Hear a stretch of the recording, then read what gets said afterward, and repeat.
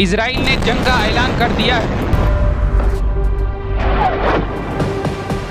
5 अक्टूबर 2023 Thursday के दिन Israel के किबुत्ज में यहूदी का त्योहार योम किपुर मनाया जा रहा था। एक हफ्ते चलने वाले त्योहार के आखिरी दिन इजराइल में जश्न चल रहा था। जिस वक्त इजराइल में जश्न चल रहा था, ठीक उसी वक्त बॉर्डर के पार गाजा पट्टी में हमास हेडक्वार्टर में हलचल तेज थी। हमास के सरगना ने अपने खास 1000 आतंकियों को तैयार करने का हुक्म दिया। गाजा पट्टी में इजराइल बॉर्डर के करीब हमास के चुनिंदा आतंक जुटने लगे थे। गाजा पट्टी में जैसी सरगर्मी थी, उसे साफ था कि कुछ बड़ा होने वाला है। हमास के टॉप कमांडर को एक खास आदेश का इंतजार था।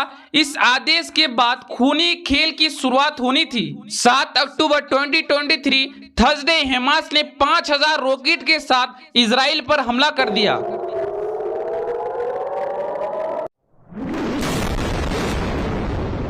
इजराइल ने immediately state of war declare कर दिया।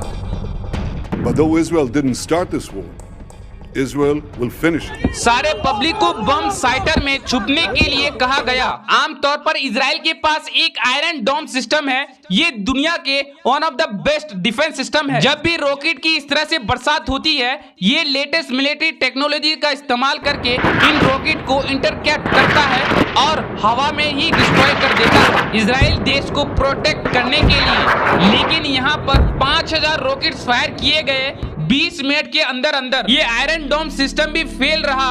हजारों की संख्या में इजराइल के लोग मारे गए और जख्मी हुए। इन अटैक के चलते उस अटैक का नाम अल अक्सा स्टॉर्म रखा। पहले कुछ समय से इजराइल और फिलिस्तीन कॉन्फ्लिक्ट होता आ रहा है। सबसे पहले हम लोग जानेंगे कि हमास क्या है। आज के टाइम में फिलिस्तीन और इजराइल ऐसा दिखता है। ये मैप अपने आप पर बहुत ही कंट्रोवर्शियल है। फिलिस्तीन के लोग मानते हैं कि 1947 से लेकर आज तक इजराइल ने धीरे धीरे फिलिस्तीन पर कब्जा कर लिया। फिलिस्तीन का धीरे धीरे छोटा होना मैप में आज आप देख सकते हैं। ये गाजा स्ट्रिप जो इजराइल इजिप्ट के साथ बॉर्डर शेयर करता है।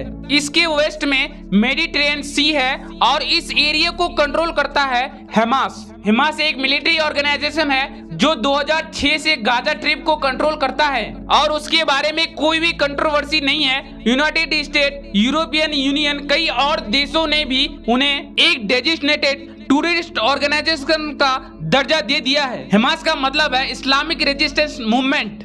हमास का शुरुआत 1987 में हुई। उन्होंने 1980 में हमास चार्टर बनाया। उनका ऑब्जेक्ट है फिलिस्तीन को इजराइल के ऑक्यूपेशन से बचाना। इसमें सिर्फ फिलिस्तीन का पार्ट नहीं, पूरा इजराइल और फिलिस्तीन शामिल है। इस पूरे एरिया की बात करूं तो पहले फिलिस्तीन का हुआ करता था, उसके बाद इजराइल ने उसमें अटैक करके कब्जा कर लिया। इजराइल ने 1948 से लेकर आज तक इतनी सारी वार लड़ चुका है, आप इस वीडियो में देख सकते हैं। लेकिन 1973 की वार काफी स्पेशल थी क्योंकि अरब देश को पता चल गया था इजराइल को डिफेंड करना पॉसिबल तो है।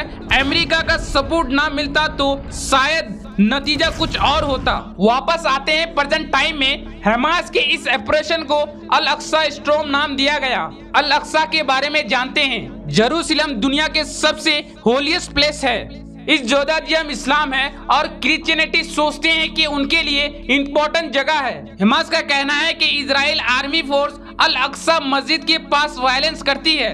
वेस्ट बैंक में इजराइल ने कई रेड्स की है, उनमें 200 से ज्यादा लोगों की जान गई है। ये समझना इम्पोर्टेंस है कि ये 200 लोग कौन है। इजराइल मानते हैं कि 200 मिलिट्री थे या फिर मिलिट्री के साथी थे।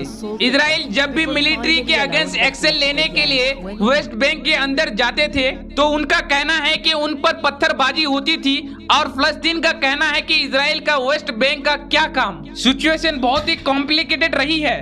एज ए रिजल्ट इस साल वेस्ट बैंक में 200 से ज्यादा लोग और इजराइल के साइड से 30 से ज्यादा लोग मारे गए।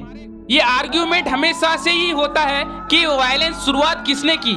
इजराइल का कहना है कि पहले पत्थर मारते हैं, उसके बाद मस्जिद के अंदर जाकर छुप जाते हैं, और फिलिस्तीन के लोग कहते हैं कि मस्जिद में घुसकर बाहर निकालकर मारा जाता है। लाखों फिलिस्तीन को अपने घरों से निकलना पड़ा या उनको जबरन निकाल दिया गया और 15 साल में दोनों के संघर्ष में 7000 फिलिस्तीन और 1200 इजराइल की मौत हो चुकी है।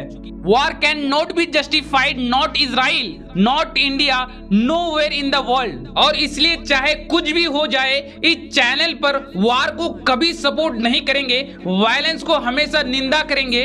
वार इज डेंजरस फॉर ऑल, क्योंकि एक वार इकोनॉमिक पर भी इफेक्ट करती है और आपके और हमारे डे टू डे लाइफ पर भी इफेक्ट करती है। सप्लाई चेन टूट जाती है और हर चीज महंगी हो जाती है, शॉर्टेज पैदा होता है, कोलेट्रल डैमेज बढ़ पाता है।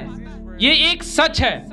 दुनिया के बारे में इंफॉर्मेशन रखना इंपॉर्टेंस है, अपने ओपिनियन खुद बनाना इंपॉर्टेंस है, लेकिन at the same time war mongering करना हम सबके लिए हानिकारक है, क्योंकि डायरेक्टली या इनडायरेक्टली एक वार का इम्पैक्ट हम सब पर होता है और सिर्फ एक आम आदमी उसमें मरते हैं। आई होप कि हमारे ऑडियंस इतने स्मार्ट हैं कि हमारा ये मैसेज इस वीडियो के थ्रू समझ पाए। अगर वीडियो पसंद आया तो लाइक करें, अपने दोस्तों तक शेयर करें। Thank you, have a nice day.